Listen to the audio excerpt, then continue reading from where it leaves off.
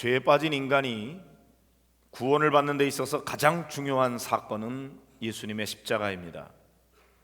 왜냐하면 그 십자가의 피로 우리의 죄를 대속해 주셨기 때문입니다. 그러나 그 믿음이 확증되고 확산되는 데 중요한 역할을 한 것은 예수님의 부활이었습니다. 만약에 부활이 없었다면 흩어졌던 제자들은 다시 모이지 않았을 것이고 기독교는 형성되지 않았을 것입니다. 그런데 예수님이 부활하셨기 때문에 그 소문을 듣고 흩어졌던 제자들이 다시 모여들었고 그들은 부활하신 예수님을 만나고 그 부활의 증인이 되었습니다. 그 다음에 중요한 사건은 성령 강림입니다. 지난주에 성령 강림절을 지냈죠. 조세재 목사님을 통해서 여러분들은 성령님이야말로 하나뿐인 내 편이라는 말씀을 들었습니다. 그렇습니다. 성령님은 언제나 우리 편이십니다. 우리 곁에서 우리와 함께 하시고 우리를 응원해 주시고 우리를 위로해 주시고 우리에게 필요한 능력을 주셔서 우리로 하여금 승리하게 하시는 분이십니다. 그 성령님이 오늘도 우리와 함께 하고 계십니다. 할렐루야. 만약에 이러한 성령님의 역사가 없었다면 우리는 절대로 승리할 수 없습니다. 하지만 성령님이 우리 가운데 살아계셔서 우리를 도와주고 계시기에 우리는 어떠한 상황 속에서도 승리하게 될 줄로 믿습니다. 지금 DTS 5기 현장 실습 중에 있습니다. 저들의 훈련 가운데도 성령님이 역사하고 계십니다.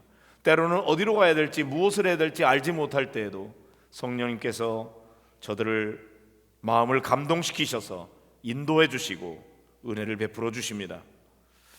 함께 기도해 주신 여러분들께 감사하고 또 마지막 돌아오는 순간까지 여러분 함께 기도해 주시기를 바랍니다. 예수님의 승천 이후에 주님의 약속의 말씀을 믿고 기도하던 성도들에게 약속하신 성령이 임하심으로 확신에 찬 제자들은 담대히 나아가서 예수님의 십자가와 부활을 증언하는 공동체가 되었습니다. 이것이 성령님의 역사로 시작된 초대교회의 모습입니다.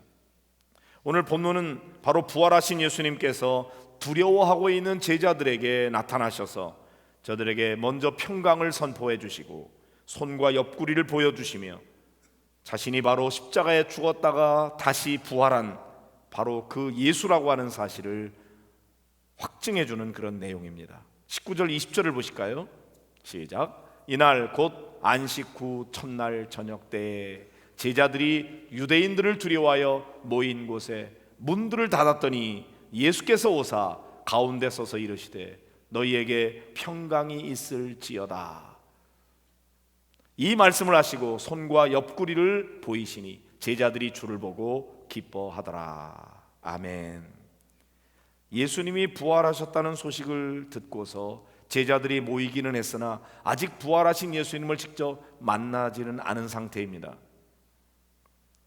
그때 제자들의 반응은 두려움이었습니다.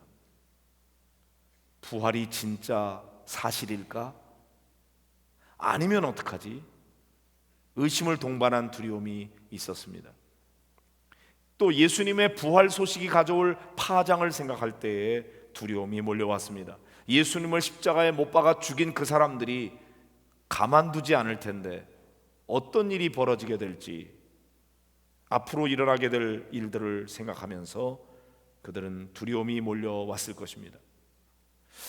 또 다른 면에서 부활하신 예수님을 만난다는 것 자체가 그들에게 두려움일 수 있었습니다. 왜냐하면 정작 예수님이 십자가에 달려 돌아가실 때 싹 도망가 버렸다가 부활하신 예수님을 만나러 왔을 때 무슨 면목으로, 무슨 체면으로 예수님을 만날 수 있을지 두려웠습니다. 그래서 그들은 문을 꼭 닫고 그리고 두려워 떨고 있었죠. 근데 부활하신 예수님이 문을 열지 않고도 그 제자들이 있는 곳에 턱 나타났습니다. 얼마나 놀랐을까요? 여러분 생각해 보세요. 문도 열지 않고 예수님이 갑자기 그들 앞에 턱 나타났어요. 그리고 주님이 말씀하십니다. 너희에게 평강이 있을지어다. 왜 그러셨을까요? 예수님은 알고 계셨어요. 지금 그들의 심령 상태가 얼마나 두려움과 불안에 빠져 있는지 알았어요. 그들에게 필요한 것은 지금 평강이라고 하는 것을 알았죠. 그냥 두려워하지 말아라 이런 말보다 더 적극적인 말은 너희에게 평강이 있을지어다 하는 말이었어요. 예수님 그들에게 평강을 선언해 주셨습니다. 오늘 이 시간 예배에 오신 여러분 가운데도 두려움이 있는 분들이 계실 겁니다. 혹시나 뭔가 삶이 잘못되고 실패하게 될까 봐 염려하고 걱정하고 두려워하면서 오늘 예배에 오신 분들이 계십니까? 부활하신 예수님을 만나게 되기를 바랍니다. 그 주님께서 여러분에게 샬롬, 평강을 허락해 주실 때 여러분의 모든 두려움도 염려, 걱정도 다 사라지게 될 줄로 믿습니다. 반신반의하는 제자들에게 예수님께서 손과 옆구리를 보여주십니다. 제자들은 거기에 예수님의 못자국, 창자국이 있는 것을 발견하면서 이분이야말로 정말 우리가 알고 있는 진짜 십자가에 달려 죽으신 분이고 부활하신 분이구나 하는 것을 확신하게 됐을 때 그들은 기뻐하면서 어쩔 줄을 몰라서 놀라워하고 있는 그런 모습이 기록되어져 있습니다. 그들에게 예수님께서 이렇게 말씀하십니다. 21절입니다. 같이 보실까요? 예수께서 또 이르시되 너희에게 평강이 있을지어다. 아버지께서 나를 보내신 것 같이 나도 너희를 보내노라. 아버지께서 나를 보내신 것 같이, 그러니까 예수님은 스스로 오신 분이 아니고 하나님 아버지께서 이 땅에 파송하신 분입니다. 아버지께서 나를 보내셔서 내가 이 땅에 왔는데 나도 너희들을 보낸다 하는 거죠. 어디로 보내실까요? 세상으로 보냅니다. 세상은 어떤 곳입니까? 거기에는 구원받아야 될 영혼들이 많이 살고 있는 곳입니다. 그렇다면 예수님께서 제자들을 파송하신 이유와 목적은 어디에 있습니까? 그들에게 주신 사명은 뭡니까? 바로 그 영혼들을 구원하라는 거죠. 멸망을 향해서 치닫고 있는 저 수많은 영혼들을 구원하는 일을 위해서 예수님은 제자들을 보내시는 것입니다. 그 상징적인 일로 죄를 사하는 일을 말씀하십니다. 23절을 보실까요? 너희가 누구의 죄든지 사하면 사해질 것이요 누구의 죄든지 그대로 두면 그대로 있으리라 하시니라. 자, 이 땅에서 우리가 해결해야 될 문제 가운데 가장 커다란 문제는 뭘까요? 그는 죄의 문제입니다. 왜요? 죄의 문제를 해결하지 않고는 인간이 행복할 수 없기 때문입니다. 죄는 인간을 지옥으로 이끌어가는 그런 원인이 되기 때문이죠. 그러면 어떻게 하면 죄의 문제를 해결할 수 있을까요? 하나님이 우리의 죄를 용서하시기 위해서 하신 일은 십자가이고 우리가 해야 되는 일은 뭔가요? 그거는 회개입니다. 회개는 어떻게 하는 건가요? 지정의, 전인격적으로 해야 됩니다. 먼저 지적으로 내가 죄인인 것을 깨달아야 돼요. 그리고 정적으로 내가 죄인인 것을 마음으로 뉘우쳐야 됩니다. 그 다음에는 의지적으로 결단하고 죄를 고백하며 죄에서 돌아서야 됩니다. 이렇게 회개하게 될 때 주님이 십자가에서 흘리신 그 보혈의 공로로 우리의 죄를 다 용서해 주시는 것이죠. 이것이야말로 복음 중에 복음입니다. 복음이 뭐죠? 복된 소리, 기쁜 소식입니다. 뭐가 기쁜 소식입니까? 죄로 말미암아 멸망받을 수밖에 없는 죄인들에게 구원의 소식이기에 복음이죠. 우리로서는 도무지 구원받을 수 없으나 주님께서 우리를 위하여 새롭고 산 길을 열어놓으셨어요. 구원의 길을 열어놓으셨어요. 십자가로 말미암아. 그리고 우리로 하여금 회개하면 용서해 주신다고 말씀해 주십니다. 자, 그래서 부활하신 예수님이 제자들에게 주신 사명이 뭐냐면 죄를 사하는 권세, 사명을 주신 거죠. 네가 가서 죄를 사하면 누구의 죄든지 사하여질 것이다. 그대로 두면 그대로 있으리라. 그냥 용서하는 건 아니죠. 예수님의 십자가를 믿고 자기의 죄를 고백하는 자에게 너희들은 죄를 사하는 일을 해라, 이렇게 말씀하시는 것입니다. 그런데 이 일은 사람의 힘으로 할 수 있는 일이 아니에요. 성령의 은혜가 임하여야만 가능한 일이죠. 여러분 생각해 보세요. 내가 죄인인 것을 깨닫는 거 성령의 은혜가 임해야 돼요. 내가 죄를 뉘우치는 거 성령의 은혜가 임해야 됩니다. 내가 죄를 고백하고 의지적으로 결단하고 돌이키는 것도 성령의 은혜가 임해야만 되는 것입니다. 성령의 은혜 없이는 우리는 도무지 새로워질 수 없습니다. 그래서 주님께서 말씀하십니다. 숨을 후 내쉬면서 성령을 받으라, 그렇게 말씀하시는 거죠. 같이 보실까요? 22절입니다. 시작. 이 말씀을 하시고 그들을 향하사 숨을 내쉬며 이르시되 성령을 받으라. 저도 여러분에게 그렇게 하고 싶어요. 성령을 받으라. 여러분 성령을 사모하시기 바랍니다. 성령 받아야 됩니다.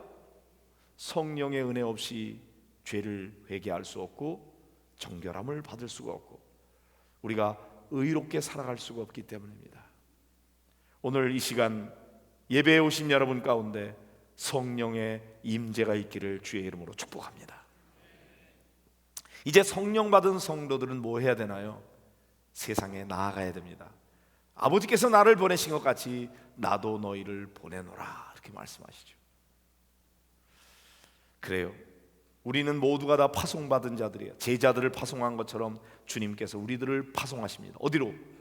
여러분의 가정으로, 직장으로, 세상 속으로 파송하십니다. 가서 뭐 하라고요? 복음을 전하고 죄를 사하는 귀한 사명을 통해서 영혼 구원하는 일을 하라고 하십니다.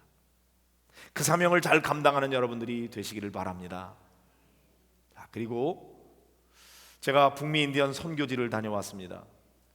우리 한국 감리교회에서 미국에 있는 네이티브 아메리칸, 본래 미국 땅에 살고 있었던 사람들이죠. 그 사람들이 인디안인 줄 알고 아메리칸 인디안이라고 불렀어요.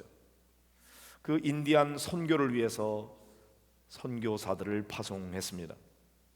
북미 인디안들은 수많은 부족들이 있습니다. 그 중에서 아파치 또는 체로키, 호피, 나바호 수많은 부족들이 있는데 우리 북미 인디안 선교회에서는 주로 호피 인디안과 나바호 인디안에 집중적으로 대상으로 해서 그들에게 선교를 하고 있습니다. 그 수많은 인디안들 가운데도 특별히 호피 인디안들은 매우 보수적이고 폐쇄적인 그런 부족입니다. 제일 선교하기가 어려운 부족이에요. 심성도 그렇고 지역적으로도 완전히 고립되어 있습니다. 나바오 인디안들 그 사이에 딱 갇혀 있죠. 임태일 선교사의 증언에 의하면은 자기가 그 호피 인디안들을 위해서 쏟았던 열정과 그 수고를, 그 헌신을 다른 인디안들을 위해서 쏟았다면은 아마 10배 이상의 열매를 맺지 않았을까. 그럴 정도로 호피 인디안들은 매우 힘든 그런 사람들입니다. 인디언들은 백인들에 의해서 많은 착취와 핍박을 받았습니다. 땅을 빼앗겼고 수많은 자원들을 빼앗겼습니다. 지금 그들이 사는 지역은 황량한 사막입니다. 한번 사진을 보실까요? 멋있죠? 멋은 있을지 몰라도 여기 살라 그러면 여러분 살겠습니까? 아무것도 없는 곳입니다. 황량한 사막이죠. 저런 곳에 고도가 높기 때문에 지금 6월인데 산에 눈이 있습니다. 그런 높은 지역에 이제 사막 지역에 살고 있습니다. 저 산은 인디안들에게는 성산으로 여겨지는 그런 산입니다. 플렉스텝이라고 하는 곳에 애리조나에 저런 산이 있어요. 저희가 제일 먼저 간 곳은 장두훈 선교사의 묘지였습니다. 장두훈 선교사는 신학생 때 우리 목양교회에서 실습을 하고 또 사역을 했던 그런 신학생이었습니다. 1992년인가 파송을 받아서 10여 년 동안 인디안 선교를 위해서 헌신했습니다. 굉장히 이 장두훈 선교사가 성격이 좋아가지고 친화력이 있어서 인디안들과 아주 좋은 관계를 맺고 또 가까이 지냈습니다. 인디언들에게 나눠줄 용품을 사가지고 멀리 LA에서부터 호피 인디안들이 있는 곳까지 오려면 7시간, 8시간 차를 몰고 와야 됩니다. 그 먼 거리에 오다가 그만 재생 타이어를 쓰다가 그 타이어가 펑크가 나면서 차가 전복이 돼가지고 그 자리에서 하늘나라로 갔습니다. 42살의 젊은 나이에 결혼을 한 달 앞두고 있는 상황에서 장두훈 선교사가 거기 죽게 되었습니다. 근데 알고 보니까 이 선교사님에게 절대적인 돈이 없던 게 아니었어요. 많은 분들이 이렇게 염려를 해가지고 타이어 바꾸라고, 그래서 새 타이어로 바꿀 수 있는 돈을 줬대요. 그런데 그거 타이어 바꾸는 것보다는 그 돈 가지고 어떻게든지 인디안들에게 더 좋은 물건들을 많이 갖다 주고 싶어서 그거 가지고 물건 싣고 가다가 그만 사고를 당해서 죽게 됐대요. 더 안타까운 마음이 있었어요. 다행히 그 인디안들 저런 사막 쓸모없는 땅이지만 아무나 거기 무덤에 묘지로 쓸 수 없습니다. 그들이 허락하지 않으면. 그런데 장두훈 선교사의 헌신을 알기 때문에 인디안들이 허락해서 인디안 학교 앞에 공터에 저런 묘지를 쓰게 되었죠. 지금 여기서 사역하고 있는 선교사들이 저 묘지 앞에 우리들과 함께 같이 모였습니다. 여러분 사진에 보면은 제일 왼쪽에 있는 키 큰 그런 선교사님이 장두훈 선교사 다음에 두 번째로 호피 인디안 선교를 위해서 사역했던 이상혁 목사님인데 지금은 개포감리교회 담임 목사로 와서 사역하고 있습니다. 이번에 저희하고 함께 가게 됐고요. 이 사진 두세요. 여기 제일 오른쪽에 있는 선교사님이 호피 인디안 대표 선교사로 있는 임태일 선교사님 제1 메사에서 사역하고 있고, 그 바로 옆에 수염이 시커멓게 나 있는 좀 키 작은 선교사님이 박영진 선교사님입니다. 제2 메사에서 사역하고 있습니다. 그 세 번째는 제3 메사에서 사역하고 있는 최기현 선교사인데 약 8년째 사역하고 있습니다. 그 옆에 박대준 선교사님은 작년에 파송을 받아서 임태일 선교사와 함께 동역하고 있는 박대준 선교사님입니다. 이번 선교팀이 이곳에 가서 같이 찬양을 하고 기도하고 그렇게 사진을 찍고 왔습니다. 제가 대표로 기도를 했죠. 보면은 조그마한 묘지를 이렇게 만들어 놓고 사람들 저 뒤쪽에 약간 빨간 지붕으로 돼 있는 요 앞에 사진 보세요. 아니고 앞에 저 뒤쪽에 보면은 건물이 조그마한 게 있죠. 그런 것들이 이제 인디안 학교입니다. 거기에 이제 이렇게 묘지를 쓸 수 있게 해 주었습니다. 그 다음에 이제 다음 사진, 나바오 인디언을 위해서 사역하고 있는 모니카 선교사의 The Living Water Methodist Church 생수감리교회라고, 교회가 제법 크죠.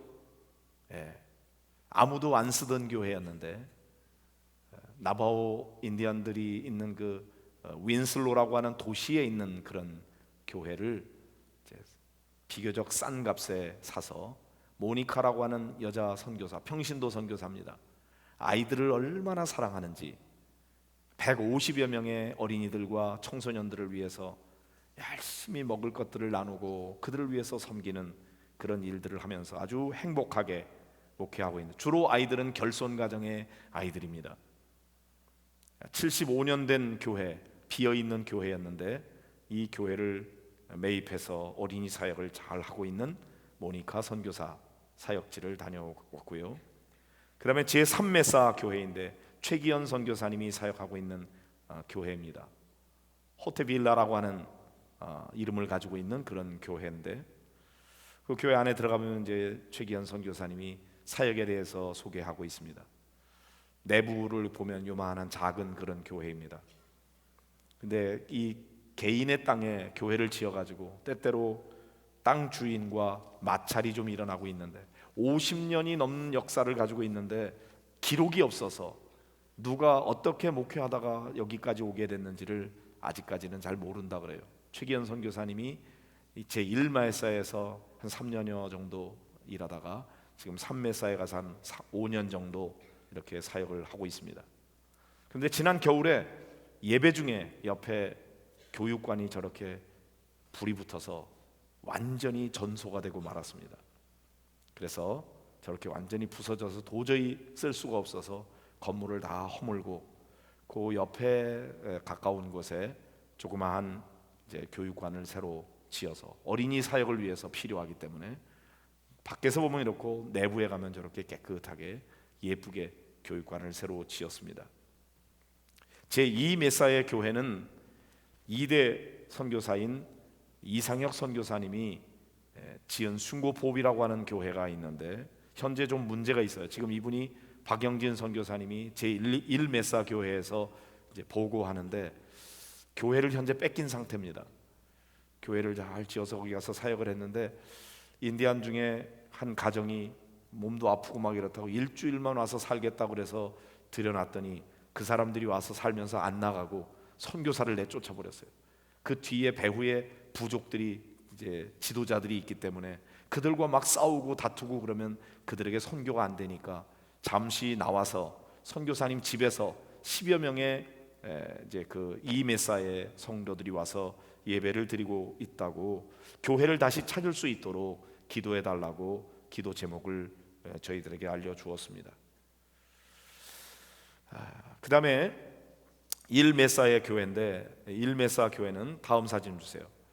가장 중심이 되고 또 큰 교회입니다. 110년이 넘는 교회인데 ABC 교단의 교회죠. 아메리칸 베프티스트 처치, 미국 그 침례교회에 속해 있는데 여기에 한국 감리교회의 선교사가 가서 그 교회의 담임자로 인정을 받고 사역을 하는데 교회가 너무 낡아가지고 다 무너지게 돼서 도무지 여기 들어갔다가는 이 건물이 무너지기 때문에 사용 불가 판정이 났어요.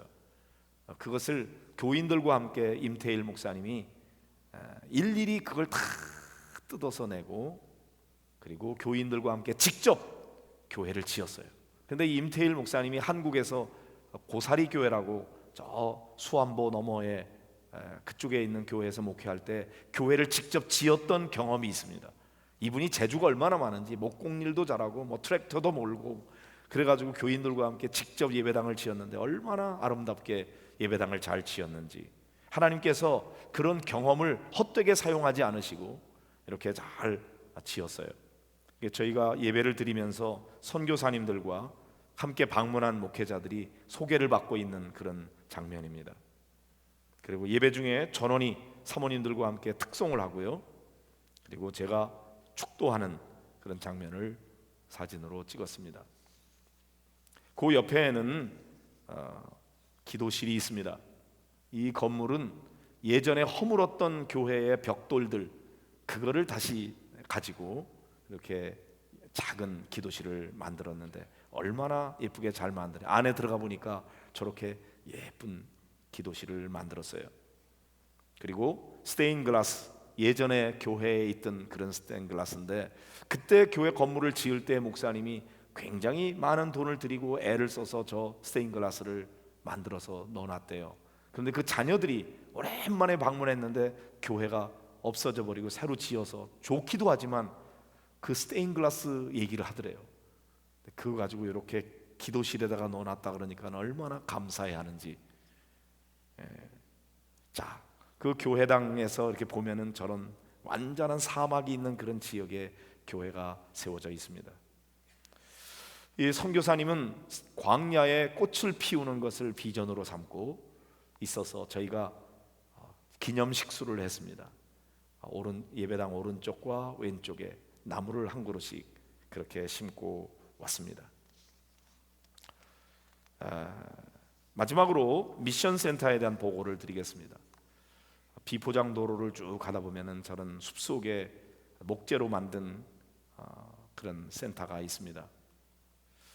센터는 겉으로 보면 좀 굉장히 아름답고 그렇지만 굉장히 오래된 낡은 센터입니다. 이 센터는 북미 인디안 선교에서 굉장히 중요한 그런 건물입니다. 왜냐하면 단기 선교팀이 이곳에 와서 머물면서 선교를 하게 되기 때문이죠. 저희가 가서 간절히 기도를 했는데 이 건물은 약 26만 불 정도의 이제 대출을 받아가지고 그래서 이거를 구입을 했는데 그 동안에 이제 빚을 좀 갚고 한 16만 불 정도의 빚을 안고 있습니다.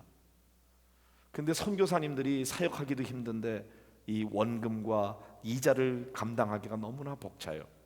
그래서 이번에 함께 동행한 목회자 가정이 한 7가정 정도 되는데, 그분들이 각 교회에서 좀 협력해서 이 빚을 좀 갚으면 좋겠다. 그래서 현지에 갔습니다. 이 건물이 있기 때문에 선교사님들이 영주권을 받을 수가 있었습니다. 너무나 중요한데 무거운 짐이 되고 있죠. 혹시나 여러분이 마음속에 기도하다가 하나님이 마음에 감동을 주시면 그러면 또 이렇게 헌금을 좀 하면 한 여러 교회에서 좀 도와서 이걸 좀 대출 상환을 좀 하면 좋겠다 하는 생각을 가지고 돌아왔습니다. 인디안 선교를 위해서 지금 이렇게 5명의 선교사님들이 한국에서 가서 있고, 현지에 이제 나바오 선교회를 위해 나바오 인디안을 위해서는 모니카 선교사가 어린이 사역을 하고 있고, 한명수 선교사님이 또 나바오 인디안을 위해서 선교 사역을 하고 있는데, 그분은 다른 선교 팀을 이번에 좀 섬기느라고 저희를 잠깐 만나기는 했지만 그 선교지는 방문하지 못했습니다. 어쨌든 이런 선교사님들을 위해서 한 지붕 5가족으로 운영되고 있는데, 이 선교사들을 돕고 있는 교회가 전부 다 합치면은 거의 100여 개, 98개 정도의 교회가 함께 하고 있습니다. 지난주에 오셔서 말씀해 주신 조세재 목사님이 회장으로 7년 동안 섬기다가 은퇴를 하시고, 제가 이어받아서 3년 동안 이 북미 인디안 선교회 전체 회장을 이 일을 맡고 사역을 해왔습니다. 감사한 것은 인디안 선교사들이 그 사역을 너무나 성공적으로 잘하고 있다는 것입니다. 한 6년 전에 제가 방문했을 때 그 교회 교인으로부터 그런 소리를 들었습니다. 우리 목사님, 저 임태일 선교사, He is the great man이라고 그러더라고요. Great man, 위대한 사람이라고. 근데 이번에 다른 교인이 그렇게 소개를 하더라고요. He is the best pastor, 최고의 목회자라는 그런 칭찬을 받았어요.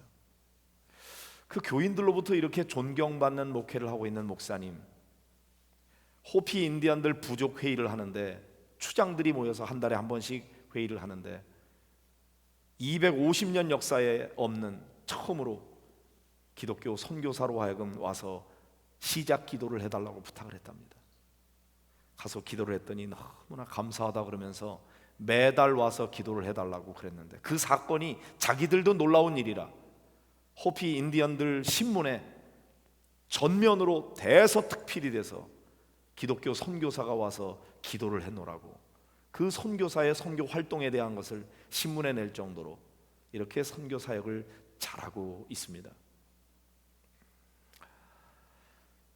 우리는 왜 미국까지 가서 인디언 선교를 해야 될까요? 왜냐하면 백인들에 의해서 선교할 수 없는 곳이기 때문입니다. 그리고 그곳에는 구원받아야 될 영혼들이 있고, 그들을 위해서 주님이 가라고 하셨기 때문입니다. 가만히 돌아보면 미국에 있는 아펜셀라 언더우드 선교사님이 우리나라에 와서 선교했기에 한국 교회가 이렇게 부흥하게 됐어요. 굳이 미국까지 가서 선교할 필요 있느냐, 그렇게 얘기한다면 그 당시에 아펜셀라 언더우드를 우리가 보내주지 않았다면 지금까지 우리는 선교되지 못했을 겁니다. 우리는 이제 빚진 자로서 우리가 이제 가서 선교해야 되는데, 우리 선교사님들이 그 사역을 너무나 잘하고 있습니다. 얼마나 자랑스러운지.